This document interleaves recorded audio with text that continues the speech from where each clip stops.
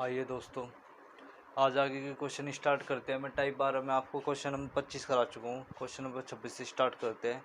और पीडीएफ का लिंक मैंने नीचे डिस्क्रिप्शन में दे दिया, वहाँ से इसको डाउनलोड कर लेना। उसकी पीडीएफ मैंने आपको क्या करा रहा हूँ, उसमें परसेंटेज के प्रीवियस ईयर के क्वेश्चन करा रहा हूँ। तो क्वेश्चन नंबर 26 कह रहा है 31% of employ pay tax in the years 2008। 31% employ ने टैक्स भरा था, टैक्स मतलब पे किया था 2008 में। Non tax pay employ are 20,700, लेकिन जिन्होंने टैक्स जिन्हें एम्प्लॉय ने टैक्स पे नहीं किया करा वे कितने हैं? 20,700 है। तो टोटल नंबर ऑफ एम्प्लॉय बताओ। एक तरीका तो यह है कि 100% एम्प्लॉय होंगे, मान लेते हैं 100 में से 31% ने अगर पे कर दिया तो 69% ने क्या नहीं करा होगा, पे नहीं करा होगा। लेकिन इनकी संख्या कितनी है 69% वालों की? इनकी संख्या है कितनी? 20,700। 20,700 लोगों ने क्या नहीं करा, पे नहीं करा। तो यहाँ से एक यूनिट की वैल्यू कितनी आ जाएगी 1% की? 70 70 अच्छा 70 210, तो 69 3 आ जाएगा 207। तो 1% की वैल्यू अगर 300 है तो 100% तो टोटल एम्प्लॉय होंगे ना।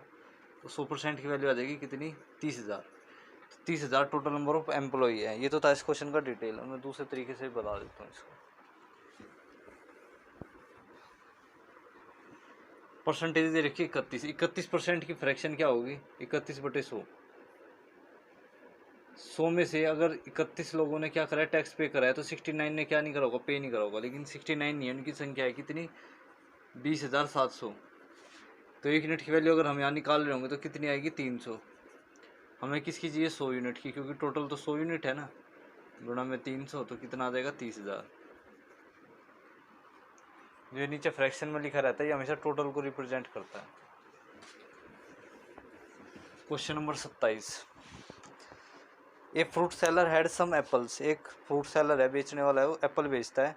ही sells 40% apple and still has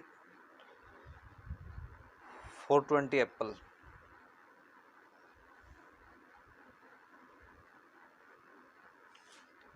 एक फ्रूट सेलर है, वो कुछ क्या बेचता है? एप्पल बेचता है। 40% एप्पल को वो बेच देता है, लेकिन कुछ उसके पास बच जाते हैं, और वे कितने है? 420 है।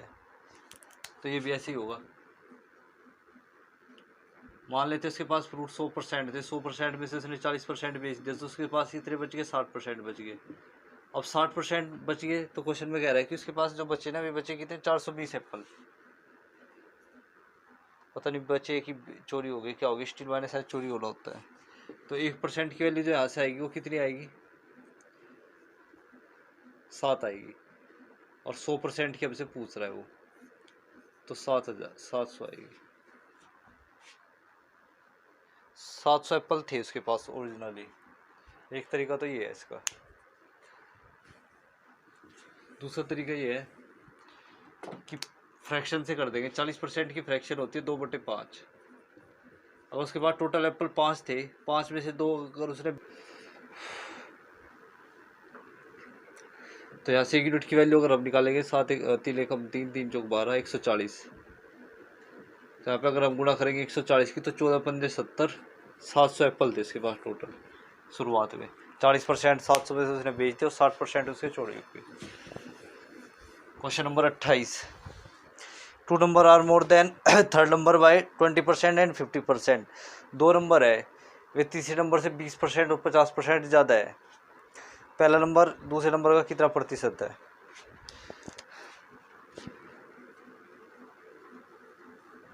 ये पहला नंबर, ये दूसरा नंबर और ये तीसरा। मैं तीसरे नंबर को अगर 100 मान लेता हूँ, तो पहला नंबर क्या है? 20% ज़्यादा है, तो 100 का 20% 20, 120 है। दूसरा नंबर 50% ज़्यादा है, तो 100 का 50% 50। इससे 50% ज़्यादा है, मतलब ये 100 तो है ही, साथ में 50% और ज़्यादा है, मतलब कितना है? 150 है। क्वेश्चन में बोल रहा है कि पहला नंबर दूसरे नंबर का कितना प्रतिशत है। तो 120 150 का कितना प्रतिशत है? तो 120 गुणा बटे 150 गुणा में 100। 0 से 0 गए, 4 दिए, 5 दिए, तो 80% आ जाएगा।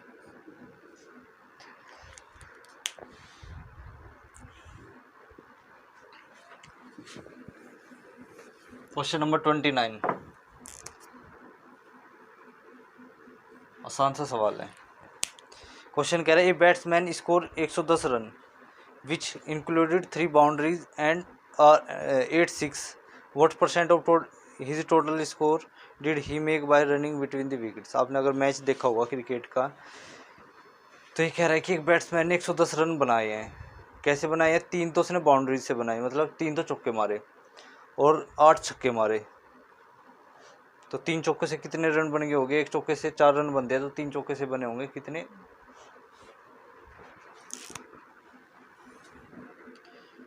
टोटल रन बनाए उसने कितने? जो बनाए उसने शायद 110 है ना, 110 स्कोर करे हैं उसने। लेकिन क्वेश्चन में कह रहा है कि 3 तो उसने बाउंड्री से बनाए और एक मतलब एक चौके से कितने रन बनते हैं? 4 रन बनते हैं। तो 3 से कितने बनेंगे? 12। ये भी बात ठीक है। और 8 उसने छक्के मार के बनाए, तो एक छक्के में 6 रन बनते हैं, तो 8 छक्के में कितने बनेंगे? 8 गुना 6, तो 4 3 12 और 8 6 48। तो 60 रन तो उसने कैसे बना लिए? चौके और छक्के से बना लिए 110 में से। अब कह रहा है कि what percent his total score did he make bye running between the wickets. तो उसने बाकी रन किसके बीच में बनाए होंगे? विकेट के बीच में तो बनाते हैं ना फिर वो दौड़ते हुए। तो 110 रन तो उसने टोटल थे उसके। 110 रन में से उसने 60 रन किससे बना लिए? चौके और छक्के से बना लिए। तो 50 रन बच गए, वो किससे बनाए होंगे? उसने विकेट के बीच में रनिंग करके बनाए होंगे। तो 50 बनाए होंगे किस पे? 110 पे। तो 100 पे कितना?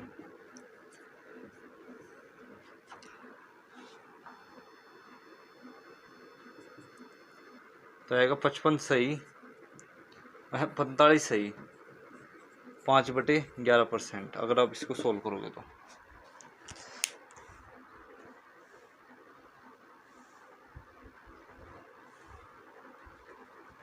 क्वेश्चन नंबर 30,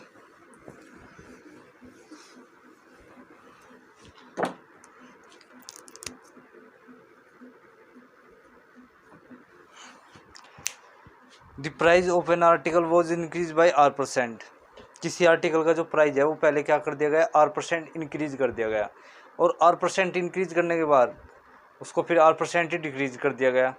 और जो लेटेस्ट प्राइस बचा वो 1 रुपये बचा। मैं आपको उसको पहले डिटेल बताता हूँ, फिर इसको दूसरे तरीके से बताऊँगा।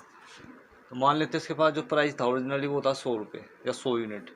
उसने उसको R% क्या करा? पहले इंक्रीज कर दिया। उसको R% क्या कर दिया? इंक्रीज कर दिया। तो 100 का R% कितना होगा? R होगा। तो अगर मान लेते पहले अगर उसका आर्टिकल का जो प्राइस था वो पहले 100 था, तो अब कितना हो जाएगा? 100 + R हो जाएगा, क्योंकि ये भी शामिल हो चुका है इसमें R% भी। ठीक है। फिर कह रहा है कि इसको R% अब डिक्रीज कर दिया गया। तो 100 + R का अगर R% निकालेंगे हम, तो 100 + R, R% की फ्रैक्शन R/100। फिर मैं इसको अंदर मल्टीप्लाई में भेजूंगा तो R आएगा, इसके साथ भेजूंगा तो कितना आएगा? R²/100। तो पहले कितना था हमारे पास? 100 + R था, और 100 + R में से हमने R% हटा दिया, मतलब ये माइनस कर देंगे। अगर इसको माइनस करेंगे तो कितना आएगा? 100 - R²/100। ये तो हो रहा है ना, पहले 100 था प्लस R था, फिर मैंने इसको माइनस कर दिया, -R -R²/100। तो इसको माइनस करने के बाद ये आया।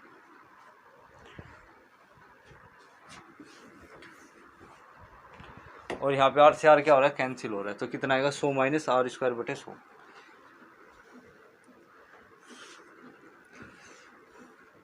तो हमारे पास क्या बच गया? अभी इसको सोल्व करते हैं थोड़ा सा। तो इसका एलसीएम लेंगे, आएगा 10,000 - R²/100। ये कब आया हमारे पास? जब मैंने 100 को R% बढ़ाया और 100% R% बढ़ाने के बाद उसको R% घटाया, तब ये आया हमारे पास। लेकिन क्वेश्चन में कह रहा है कि ऐसा करने पे 1 रुपये आता है। तो इतना, ये यूनिट किसको रिप्रेजेंट कर रही है? 1 रुपये को रिप्रेजेंट कर रही है। तो यहाँ से अगर मैं 1 यूनिट की वैल्यू निकालूँ तो यहाँ से क्या आएगी? ये डिवाइड वाली चीज़ मल्टीप्लाई में चली जाएगी और मल्टीप्लाई वाली चीज़ डिवाइड में आ जाएगी। तो यहाँ से 1 यूनिट की वैल्यू आ जाएगी इतने रुपये। लेकिन हमने तो ओरिजिनली पूछा है, तो ओरिजिनली क्या माना है? 100 यूनिट। तो 1 यूनिट की वैल्यू इतनी, तो 100 यूनिट की कितनी होगी?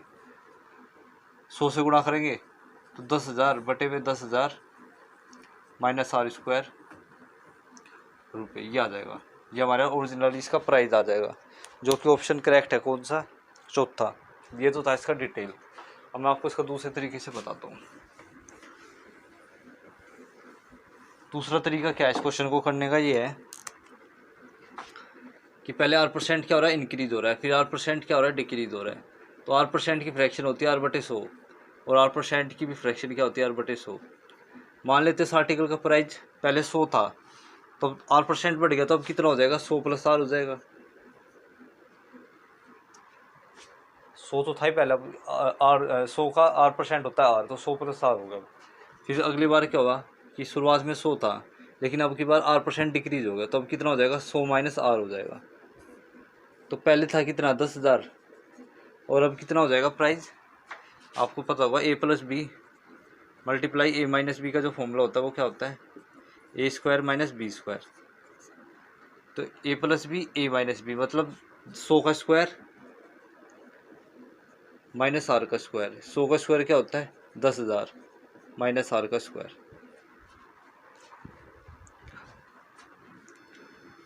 लेकिन अब क्वेश्चन में कह रहा है हमें कि जो लेटेस्ट प्राइस है ना वो इतना नहीं है, वो है 1 रुपये।